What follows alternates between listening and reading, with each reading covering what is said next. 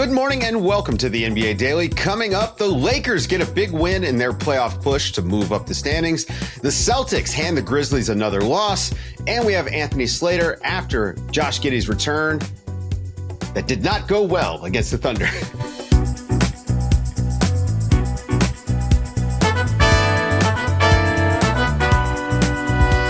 Good morning, everybody. Good morning, S. Josh Giddey. Man, the Bulls kind of got blown out by the Thunder. We thought we might get a good game because of the way the Bulls have been playing. It was Bulls week last week, Dave. It's all good. It was not their night. But guys, stick around after the break. We got Anthony Slater to talk about that game and really to set up just how historic the Thunder season has been. Is pretty good talk. But hey, the Lakers played last night, S. How about that? Picked up a big win over the Rockets. Of course, the Rockets playing on the second night of a back-to-back. They had the short flight from Phoenix to L.A., which means they probably had an opportunity to go out in L.A. on a Sunday night. That would be impressive. I would be impressed if they did that. A little rainy out here, though. So, but they kind of got dead legs toward the end of the game, and it felt like the Lakers were able to just stay out in front of them. And again, it's nice when you have the luxury of LeBron James and Luka Doncic to control pace.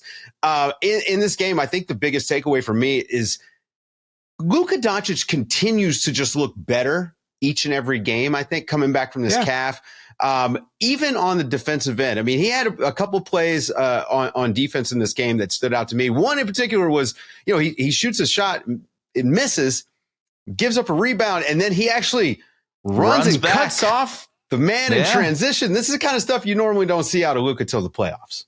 Yeah, you usually, and look, this is just the reputation Luka has ended up getting, but, he's usually complaining for a foul call or he's like jogging back. But honestly, ever since he's been with the Lakers, I've noticed that he's actually getting back in transition on defense. And maybe that's a testament to the Lakers coaching staff and kind of pointing that out to him or motivating him to be that kind of defensive player. I think Luka can be a pretty good defender when he locks in like that. So when he's doing that, it's a bonus. Honestly, the thing that stood up for me was Gabe Vincent. To think that he shot 20% from three in the first 20 games for the Lakers and is now basically a 40% three-point shooter for them. Massive, massive game changer. Just because he's also a guy who can defend, really good point of attack defender. So you have that combination playing next to the three-headed monster you mentioned. That's a guy you like to play in a playoff series. Yeah, and then look, don't forget, Dorian Finney-Smith is a guy that Luka trusts. He was 6 of 11 from three. Gabe Vincent, 6 of 13 from three. The role players are going to have to make shots for the Lakers. And so if you look at this run that they've been on here the last few months, and this started before Luka got there, obviously, part of what happened for them was the role players hitting. You mentioned Gabe Vincent turning it around. I mean, Austin Reeves, right? We've kind of hit on the leap that he's taken this season. I mean, he had another pretty nice game. The Lakers now, I think that they're in pole position for that 4 seed. They could put some pressure on both the Nuggets and the Rockets ahead of them, but it does look like with a 2-game cushion over Memphis, going into the last 6 games or so, they should be able to hold them off. End up. Yeah, I think so. I think it's more of a competition. And we talk about it with Slater, but it's more of a competition between the Warriors and, Grizzlies and Timberwolves and Clippers for that 5 seed, really, compared to the Lakers trying to lock in 4. Yeah, and speaking of the Grizzlies, man, they've been having a rough one. They are bound for the play-in, it feels like. They lose to the Celtics 117-103. In Memphis, I think that let's start with the Grizzlies. The biggest takeaway I think you've got to take is that Ja Morant looked pretty good. He put up 26 points. He just looked healthy. He was getting to the basket. He was making things happen. But I didn't see any wholesale changes from this team. Obviously, this is only the second game with a new head coach. Not any time to have a team meeting, probably, much less a practice to implement anything new. Did you notice anything about the Grizzlies?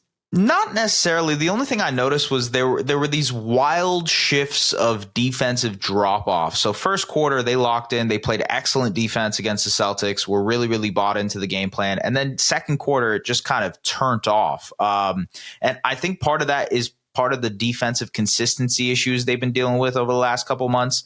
You look at the way that this team tries to limit transition opportunities, tries to pack the paint, they kind of fall apart when a team is so good at 3-point shooting like the Celtics are. And like they blew the doors off them in the second half. Yeah, the Celtics got up 62 threes. And it's just it's impossible to keep up with the math there. With the Celtics, Al Horford, I'm not sure exactly if you want to have Al Horford playing 37 minutes off the bench at this late in the season when you're the Celtics and you really don't have anything to prove. But he puts up 26 off the bench, 6 of 13, and it just shows the sort of flexibility that they've got from a lineup perspective. And they just can put a lot of pressure on teams in different ways. I mean, they are a bit of a juggernaut at this point in the season. They finish up March with the number 1 offense and the 30th pace. And I am going to hammer this stat as much as possible. It's a big stat. Those are huge. That combination of statistics is huge. Yeah, I think more than anything, they've just found their rhythm at the right time. And there is something to peaking at the right time. You look at the Thunder right now on a win streak, doing their thing. Thunder been peaking all season. They've been peaking all season. But I think offensively, they're starting to hit their shots more often. The 3-point percentage is going up. And you look at the Celtics, same thing is happening. So shots going in at the right time is actually part of the equation here for Boston, but it works so well when you have a trusted offensive system. You know what you're going to on any given night. Now it's just the shots are falling. And those guys will pass and cut and keep your defense in rotation. And I saw this happened to the Grizzlies over and over and over again. And, Jason Tatum, no Jaylen Brown for the Celtics. And it really wasn't a big deal for them. They have so many guys that can shoot. And they're just so willing to always get those shots up that the math becomes a huge problem. You know what?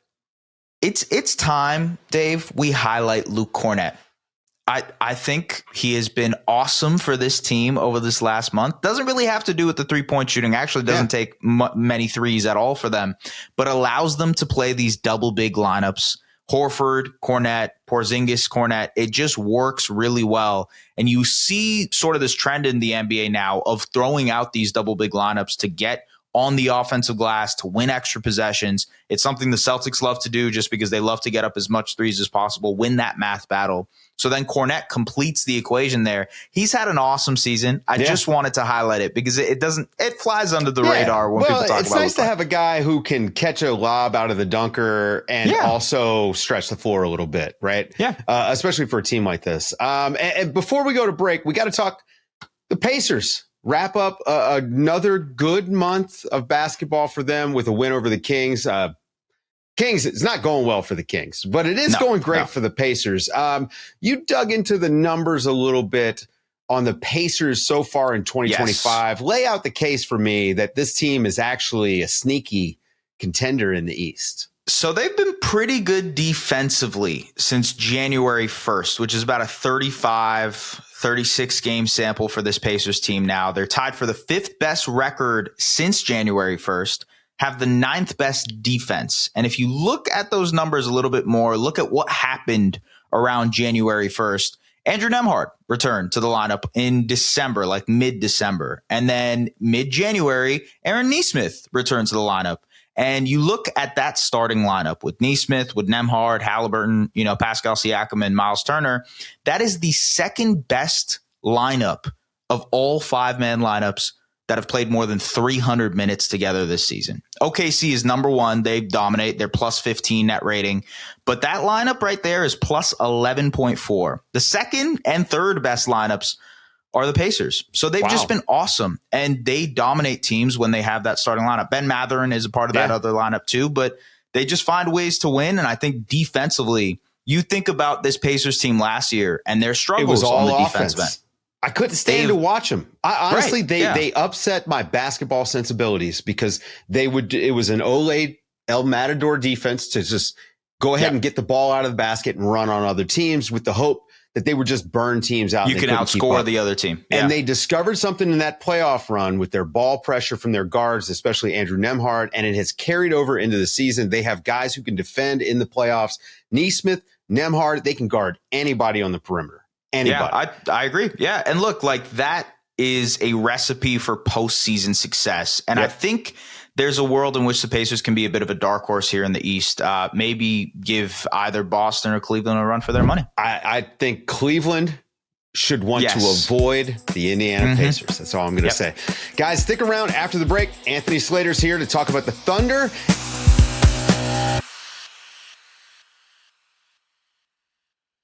The Oklahoma City Thunder are basically a machine at this point. They ruined Josh Giddey's homecoming last night. Luckily, Anthony Slater was there to cover it. And Anthony, I got to ask you, man, at this point in the season, the superlatives about this team, I'd run out of time on the podcast if I mentioned all the records that they've broken and the things that they've done.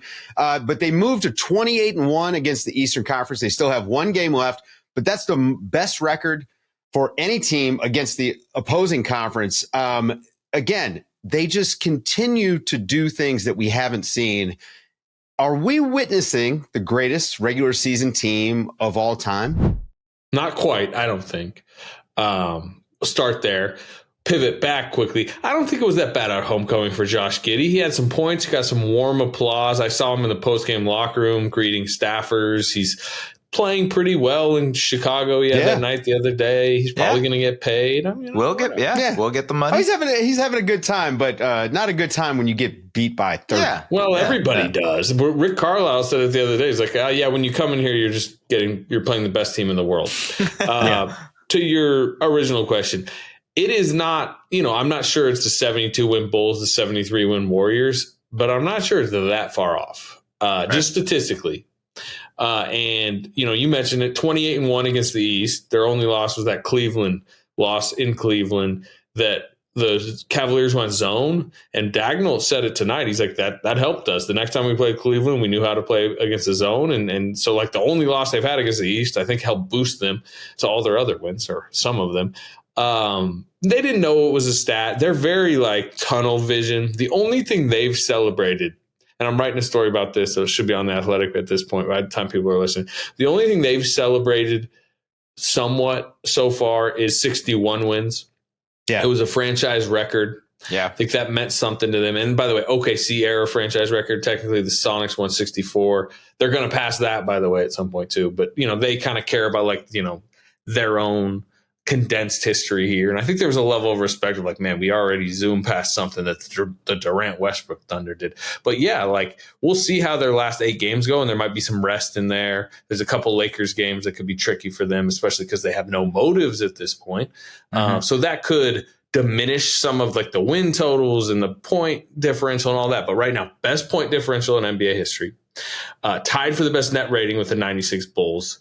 There's a chance if they just win their final 7 games, and including basically 3 tanking teams to end the season, they would be only one of 3 teams ever to get 70. 70 is still in reach.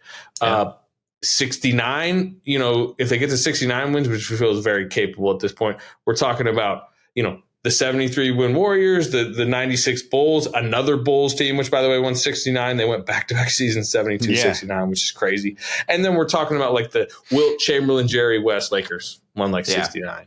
And it's I think one of the craziest stats and shows their dominance, 49 double-digit wins tonight was the 49th. That is second most ever. They passed the Durant Warriors, the first Durant season, which I think is interesting because that was a team that could have some lull type games. But when they hit you, they hit you, and they showed their dominance. They had 48 double-digit wins. The Thunder got their 49th tonight.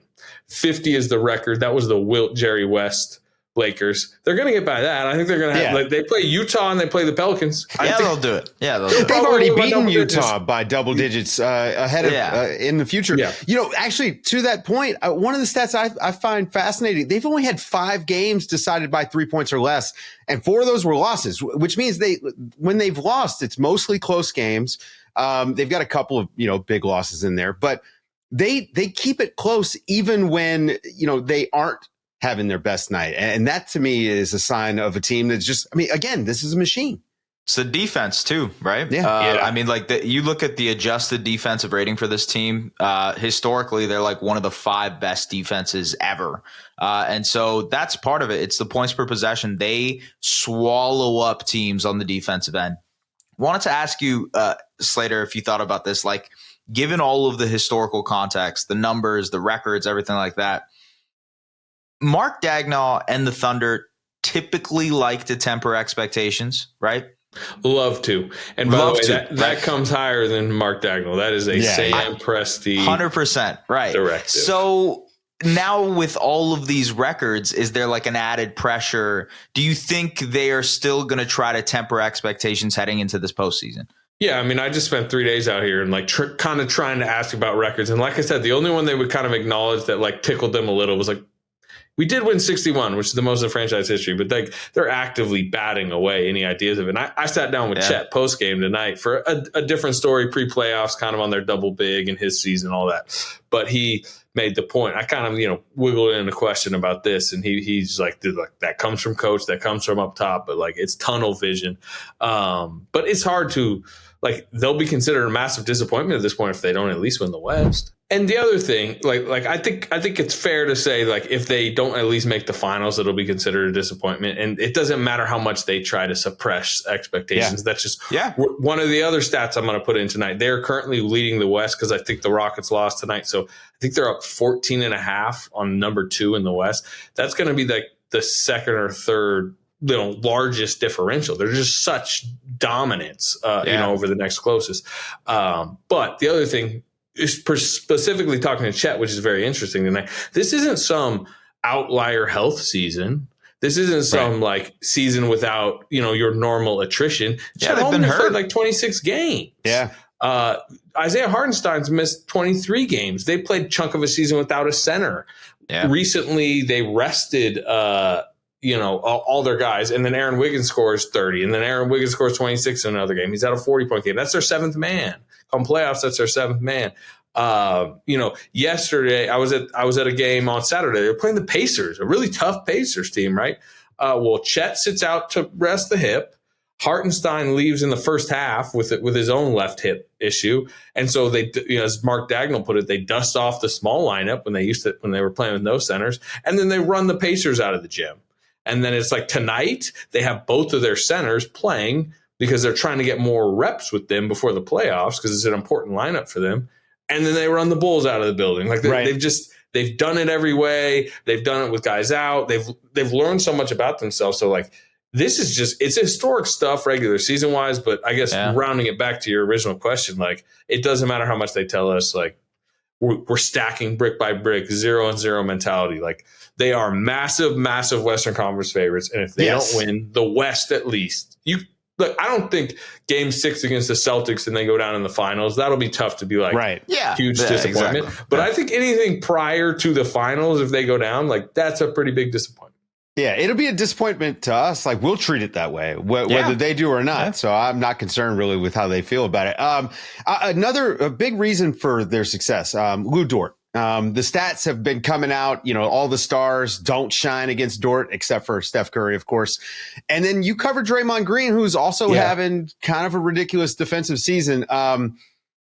We don't have a clear-cut defensive player of the year. The Wemby injury obviously just kind of threw that back into the fray. Jaren Jackson Jr., I don't know if he's going to hit 65 games. I need to do the math. Evan Mobley kind of falling off here in March with Cleveland having a rough few weeks. Make a choice for me. Lou Dort or Draymond Green, if you were going to choose one of those two. Let's forget the bigs. Let's talk Draymond and Dort. I'm probably going to, it seems like I'm going to have to choose, because I actually got email today. I believe I'm going to be a voter. And I don't know. Wemby seemed like the obvious choice. I have not wrapped my mind. I don't want to wrap my mind around, who is it or who isn't. And honestly, covering Draymond Green, he's made the point of watch how we finish the season. If they rattle off and they finish as the 4 seed and their defense has been, number 2 for such an extended stretch, he's got a better argument. If they fade and are in the play-in, he probably has a worse argument. I think right now you're guaranteed all first team defenders are Draymond, Lou Dort, Evan Mobley, Dyson Daniels. I would put up there. Mm-hmm.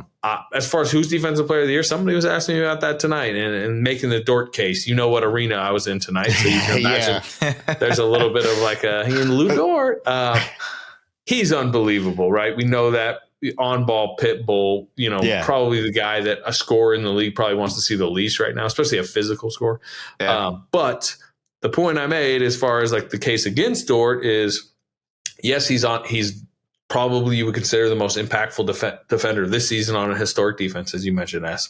but he has two of the top 10 rim protectors in the world, in my opinion, Isaiah Hartenstein and Chet Holmgren behind him. And for large chunks of the season have been, at least one of the two has been behind him.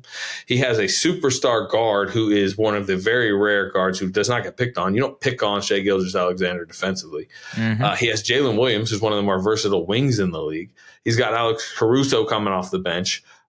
Defending. Like, he's part of an absolute machine, and he is a major part of it. They would argue this season the most important part of that machine, but that should matter. Like, you know, these superstar players are not scoring like they normally do because of his physical defense, but also because of who's awaiting at the rim, right? Who's around them, who's not. You know, they can't screen him off and just get like, you know, a tiny guard, a Trae Young or something on them. Like, there's a lot that goes into it. And like, I'm not trying to argue too stiffly against the Lou Dort case, because honestly, he's in the conversation. I'm actually curious about y'all's opinion. But like, he's part of a machine. Draymond, there's flaws within his case. Mobley, you mentioned it. There's kind of flaws within his case. Dyson Daniels is on the Hawks, and you're like, you know, he steals, deflections, hound, but they're not unbelievable defensively. I don't know. It's always tough to give DPOY to a wing, and I think that's what Jalen Williams was talking about a couple months ago when he was like, it should be two different awards. Like the value of a rim protector and like what Draymond honestly brings to the Warriors is a little bit different than what Dort does. The value proposition is crazy, but wanted to ask you about the Warriors because they're facing the Grizzlies today. And it's going to be a massive game given the play-in implications, given the fact that the Grizzlies are kind of falling off right now. Warriors are climbing. How big is this for the Warriors' chances of potentially getting to that 4 seed like Draymond mentioned? Yeah, you know, I mean, it's to me, their demarcation point is 7 and 6. Like, they just be 6 or above. You could argue you'd rather be 6th than in the 4-5, especially we're talking about this Goliath potentially sitting at 1. Like, get on the other side of their bracket, sit in the 6, not the 4-5. But this is a major. I think the Clippers scare the Warriors. They already have the tiebreaker over them. They're playing great basketball right now. They play each other on the last game of the regular season. There's a chance that could be for the 6th seed, let's say, if the Grizzlies had stayed above the Warriors. But there's one team in this situation, and I'm including the Timberwolves under the Warriors and Clippers. There's one team free falling right now. There's one team on a losing streak. There's one team that just fired their head coach. That's the Grizzlies. I think all three of the Clippers, Warriors, and Timberwolves are seeing vulnerabilities.